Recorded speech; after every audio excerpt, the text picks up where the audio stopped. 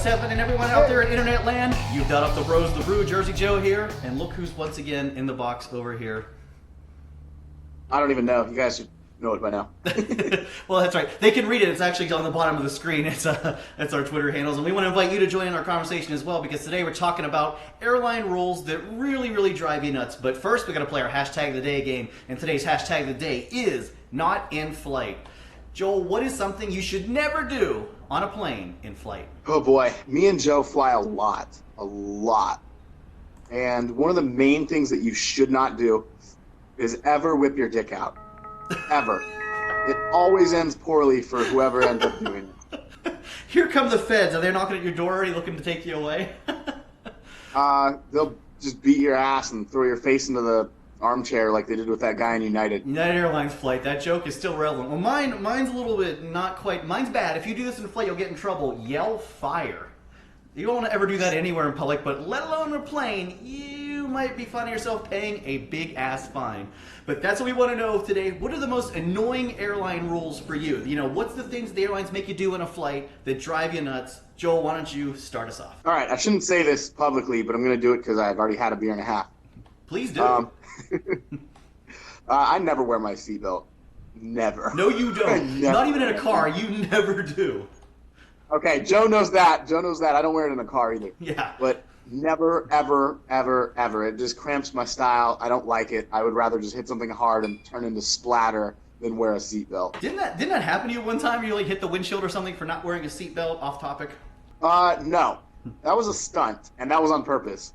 Okay. But I'll tell the story really quick. So I had a friend who drove into something on purpose in his truck, and I was filming, and we wanted to crash the truck, and I didn't wear a seatbelt, and I smashed into the window, and my head didn't shatter the window, but it looked like a spider web. Oh man, I have never done that, never hit the windshield, but let's talk about things that annoy you on an airplane. Sorry, so you don't like wearing a seatbelt. For me, I think my biggest right out of two of them, the first one is the TSA. They are the most miserable SOBs here in the New York City area. I think as part of to have that job, you should have to go through sensitivity training. I've seen them get so ghetto on people here in New York, it actually ruins your experience. You're excited to go on vacation, you're excited to take a flight, then you've got these guys go, you step over here, you know, get all like crazy on you. And then they boss you around, make you get in a little machine where you put your arms up and get scanned around. That whole experience to me is just a disappointing nightmare, especially people that come to New York and don't speak English and don't know what's going on. They push these people around, you know, and yell at them and scream at them like they're cattle. It's not that bad at McCarran. They actually treat you nicely there. They get that fun Louis Anderson video. But in the New York City area, no, it's actually part of a miserable experience. Do you feel like it's necessary? Not all the time. Not first thing 6 o'clock in the morning where there's not really a line and things are starting to go. I mean, I understand. I'm sure after having to deal with that all day, you get tired of dealing with people, you just get PO'd. I know I would too. But as part of taking that job, you know you got to deal with the public. And I think, I'm going to say 50 to 60% of them actually here in the New York City area don't do a good job dealing with the public. Some of them go on a power trip. I don't know. Okay. Yeah, I can see it. I've seen it. Fort Lauderdale, the worst airport ever. They do that day and night. Sucks. Everybody you talk to, I could go on about my stories, but I've only flown to Fort Lauderdale 3 times, had a bad experience all 3 times, like worse than any other airport. So yeah, I can see it. Yeah. Do you have any other pet peeves about flying, about airline rules? Not necessarily the rules. It kind of sucks that the seats are small. I'm a smaller person in general, but yeah, cramp the average American.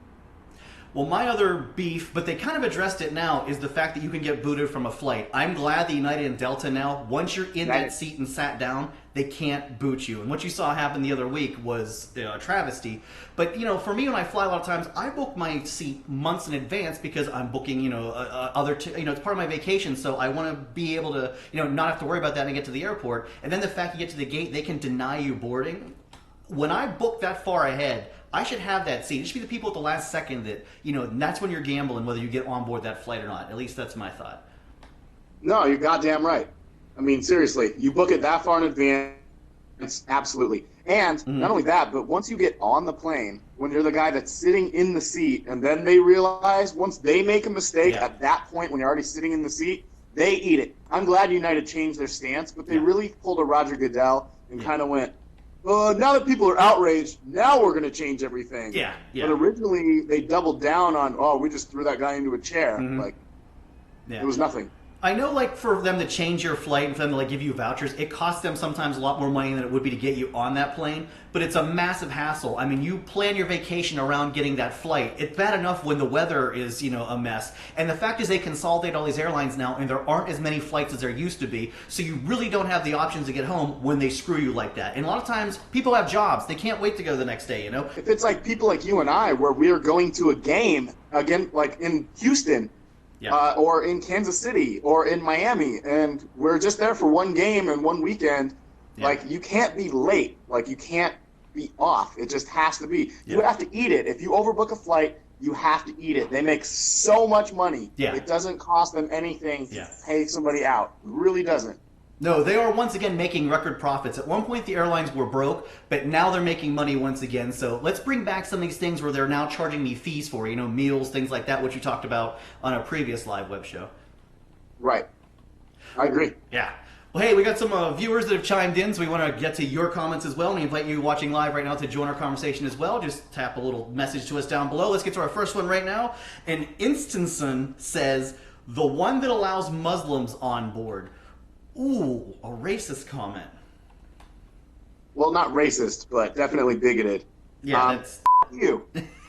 Ooh, you just bigoted him right back. All right, let's take another less bigoted comment. Doug says, I don't have issues with the rules. I have issues with the lack of enforcement of most of them. Hashtag oversized multiple carry-ons. And Starman, our boy Starman, also says kind of the same thing. Start charging for overhead bins so people will actually check their luggage. It's a pain in the ass to deal with getting on and off the plane.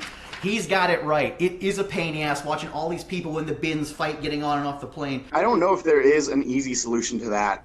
You and I are light travelers, so I say this meaning like we're pretty good about this ahead of time. You and I travel all the time. We know what we're doing. Yeah. We're bringing something light so we can just stuff it in a small area, and we're in, we're out as soon as the plane's off. Yeah.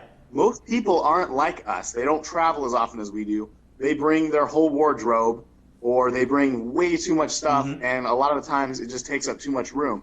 Yeah. If you have a solution for it, I would say go ahead and suggest it, but I can't think of an easy one for it. The only thing I would say is, like Spirit does, start charging for the overhead bin then. And they should factor that stuff into the cost too, like the extra luggage fees. It's just like those hidden resort fees now that hotels are doing.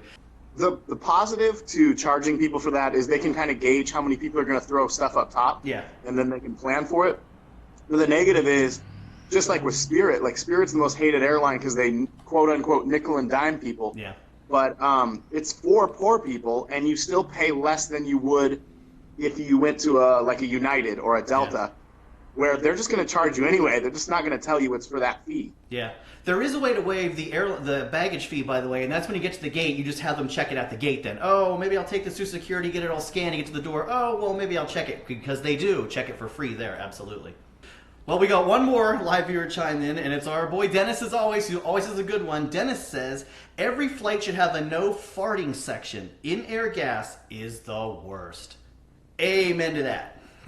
Subject to change. Subject to change. Depends on what they're serving and how long the flight is. Yeah, I think that same rule should also apply on the New York City subway, because it's just the same thing. You don't want to get next to that dude that's gonna dust you. Yeah. Yeah. We want to thank our live viewers, by the way, for chiming in with these great comments as always. Make sure you join us each and every week here. And also join me Thursday for my other web show, Kicking Back with Jersey Joe. This week we're playing Caption This. Not a prop. Extra beer. You're not on the screen right now. Caption This. I'm picking I'm showing you some funny pictures online, and I'm picking your funniest captions. That's Thursday on YouTube. Your live beer tease there. Wait, show your prop, by the way. What?